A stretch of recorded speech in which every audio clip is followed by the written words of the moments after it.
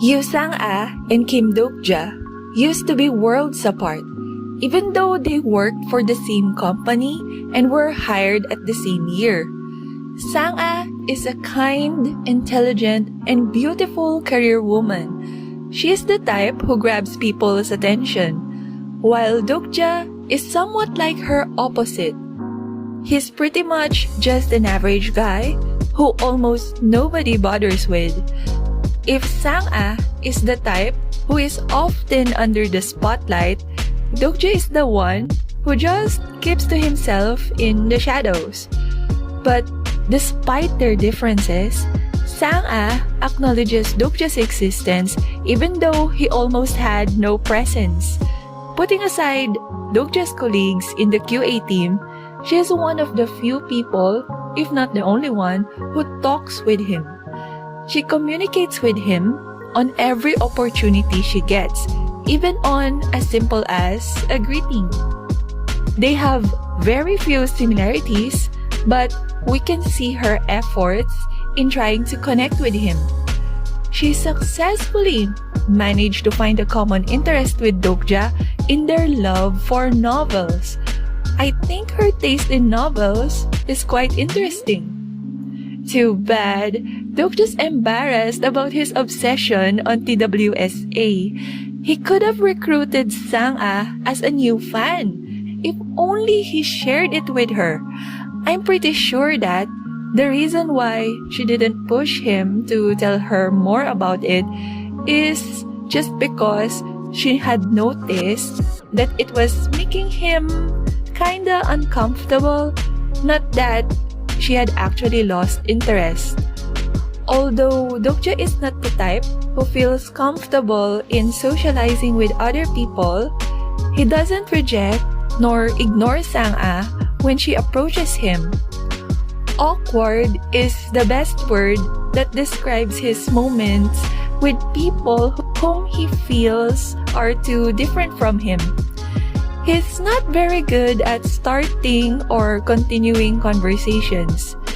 But lucky for him, Sangah has no problems with awkward people like him. Sangah is smart enough to avoid hanging out with dangerous people. Since she's being friendly to the likes of Dokja, then it could only mean that she sees him as someone trustworthy.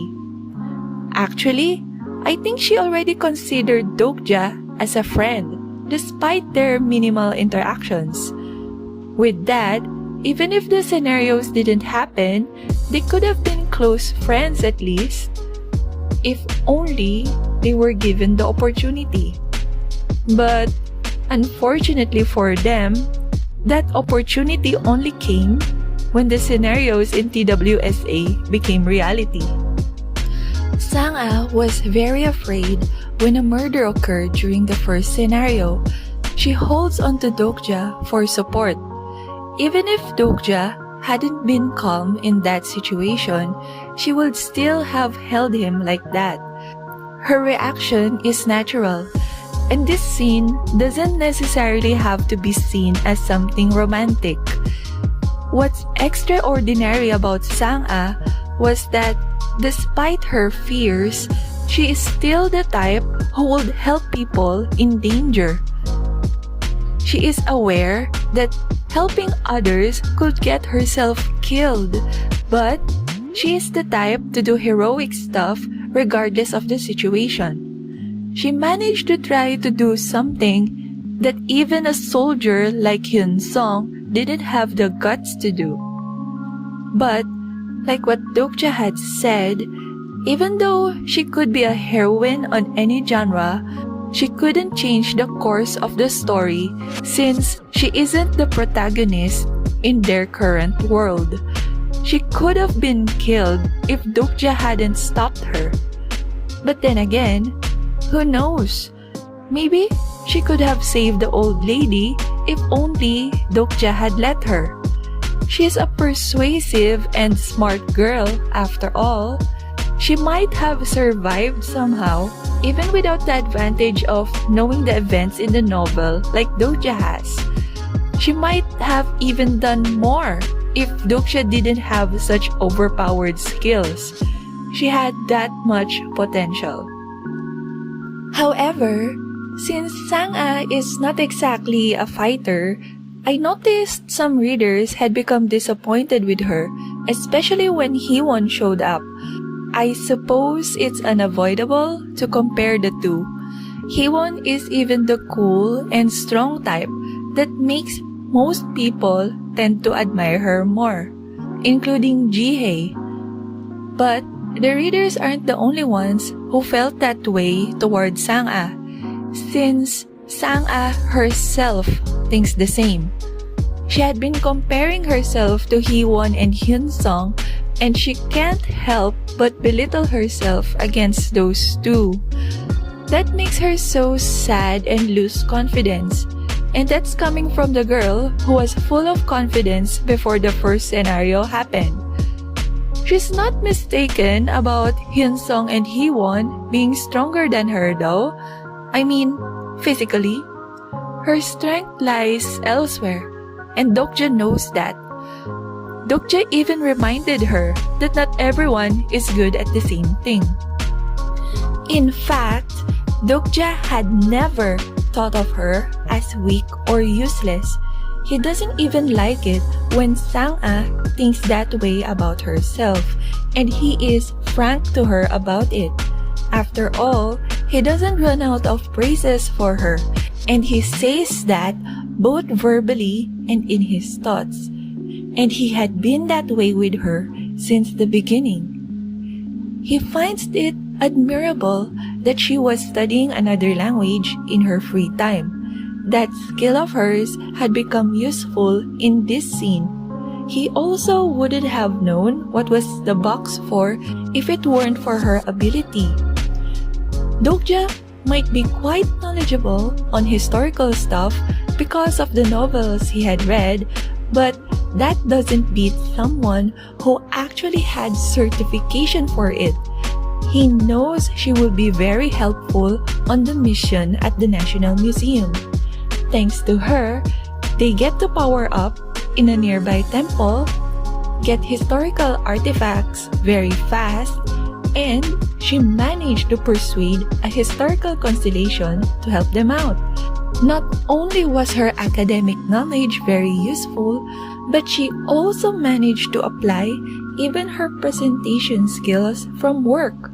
Of course, he felt very relieved about bringing her along.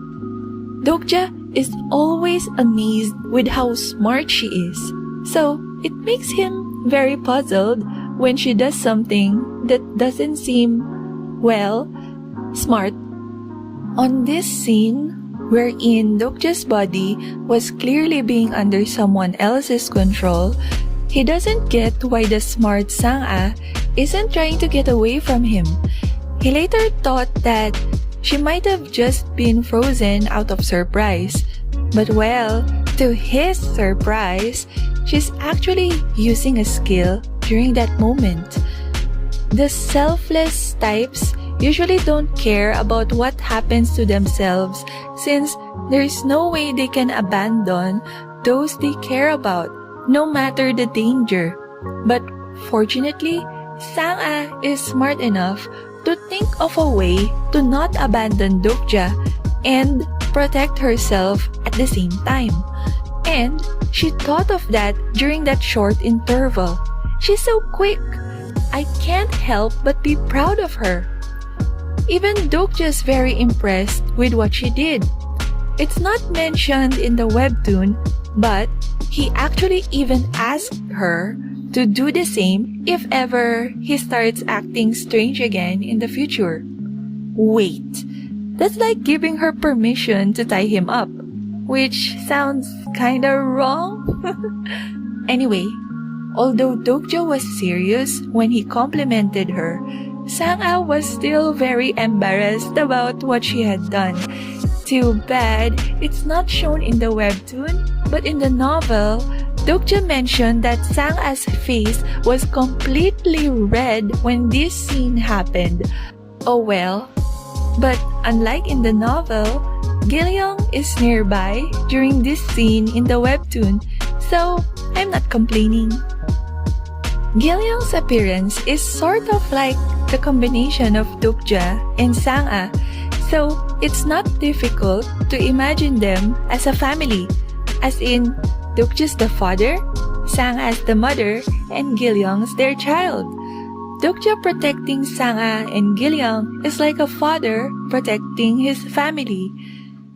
There are so many moments when Dokja treats Gilyoung as if the boy is his son, while Gilyoung is such a daddy's boy that his attachment and admiration towards Dokja are extremely obvious. The one who had given Gilyoung the most motherly treatment is none other than Sangah. Sangah is not only being motherly towards Gilyoung, but she did something similar with Jihae. She also looked after Heewon. Dokja often entrusts Heewon to her. Because of her nurturing nature, she is pretty much like the mother of the group.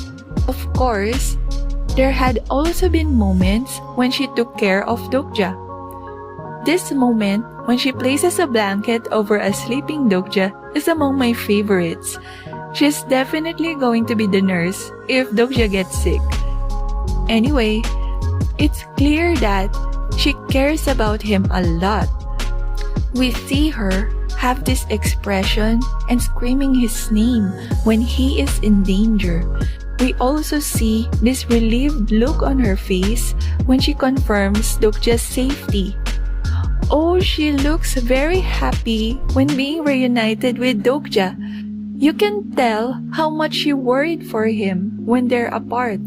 And of course, Dokja feels the same. Dokja is very concerned about Sangah that he notices when she's feeling down or disappointed. Although Sangah wasn't with him during the cinema dungeon mission, he didn't forget about her as he asks Heewon to get something for Sangah. I think even Gilyoung knows that Dokja truly cares about Sangah. In this scene, the boy knew immediately that Dokja must be plotting something since there's no way for Dokja to not be worried if Sangah is really in danger. Speaking of which, I just realized that there are only 2 hostage situations in the series so far. One is when a constellation threatened to kill Sangah if Dokja doesn't promise to choose him as his supporting constellation. The other time was when the disciples used the people left behind in Chungmoro Station to make Dokja cooperate with them. But Sangah is also involved in the Chungmoro incident. Interesting. Well, it's only on occasions like that when Sangah appears like a main character's love interest.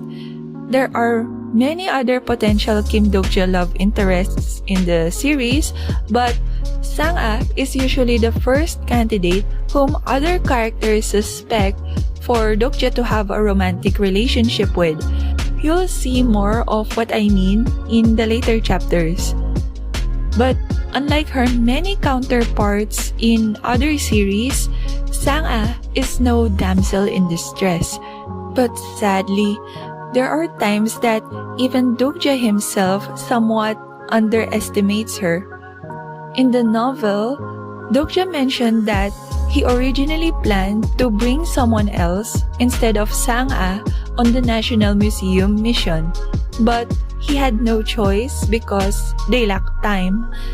Even though he knows that she is definitely qualified for the job since she is smart enough to get a degree in South Korean history, he still didn't have her as his first option. I think the reason why he hesitated is because he knows that the situation at the museum would have been very dangerous for her. It's like he's unconsciously being overprotective towards her. Of course, he's proven so wrong later. He constantly regrets the mistake of seeing her as just an ordinary office worker. Contrary to how she appears, Sangah is not weak. Even in combat, she can handle small fry as efficiently as he won. And although it's not directly shown in the webtoon, in the novel, Dokja has mentioned that she even does a better job in finishing off enemies compared to Gilyoung. Makes you wonder if she's really as pure as she appears. Anyway, Sangah has a wide range of skills, and being a good leader is one of them. When Dokja needed someone to act as his vice representative in the fourth scenario, he knew that Sangah is perfect for the job. She clearly had the skills and the charisma. He's impressed with how popular she had already become to their underlings in just a few days she had spent with them. Speaking of Sangah's popularity, with her beauty, it's not a surprise that a lot of guys had fallen for her. Dokja understood that himself when he had a closer look at her. See that blush? My gosh, he's even attracted with the smell of her shampoo. Dokja himself might not be aware of it, but I think it's safe to tell that he has a slight crush on Sangah. It's quite obvious that she has become 𝑬𝒗𝒆𝒏𝒆 for his standards on pretty women. A woman as strikingly beautiful as Min Ji-won didn't faze him, since to him, Sangah is just as pretty. Although Dokja didn't say it directly, Sangah is clearly more of his type. Dokja already finds Sangah at the same level of beauty with someone who is dressed up like Ji-won. What more if Sangah also glammed up? Anyway, it's amusing to see this Korean drama-like love triangle between these three. In this scene, the two of them looked like they're flirting, making Ji-won jealous. Dokja was so disturbed when he found out that Ji-won had feelings for him. It's funny that he's so uninterested in Ji-won that he itches to get away from her as soon as possible. Well, why would he bother with a popular actress when he's got a beautiful and smart girl right by his side? Not to mention, aside from being smart, Sangah is also mentally strong. In this scene, although Dokja gave both girls a protective charm, it didn't work for Hee-won, but it managed to protect Sangah. Thanks to that, he had someone to assist him in that situation. If ever Sangah didn't have that bracelet, I think she's still strong enough to withstand that mental attack. Or she would at least have recovered more quickly than Gilyoung. Sangah is so capable that Dokja relies on her plenty of times. Her magical thread has a variety of uses that he can count on her when it comes to tasks that don't require killing or destruction. And although Sangah is more of a support type, she's also very capable of protecting him. Although there had been many moments when Dokja protects and saves his team, he still doesn't see himself as a hero. Sangah expressed her gratitude towards him when he saved her in the first scenario, but he didn't feel worthy of that thanks.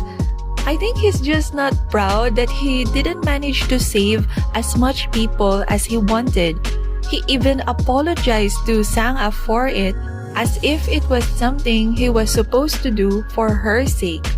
Nevertheless, despite Dokja's imperfection, Sangah decided to follow and trust him wholeheartedly.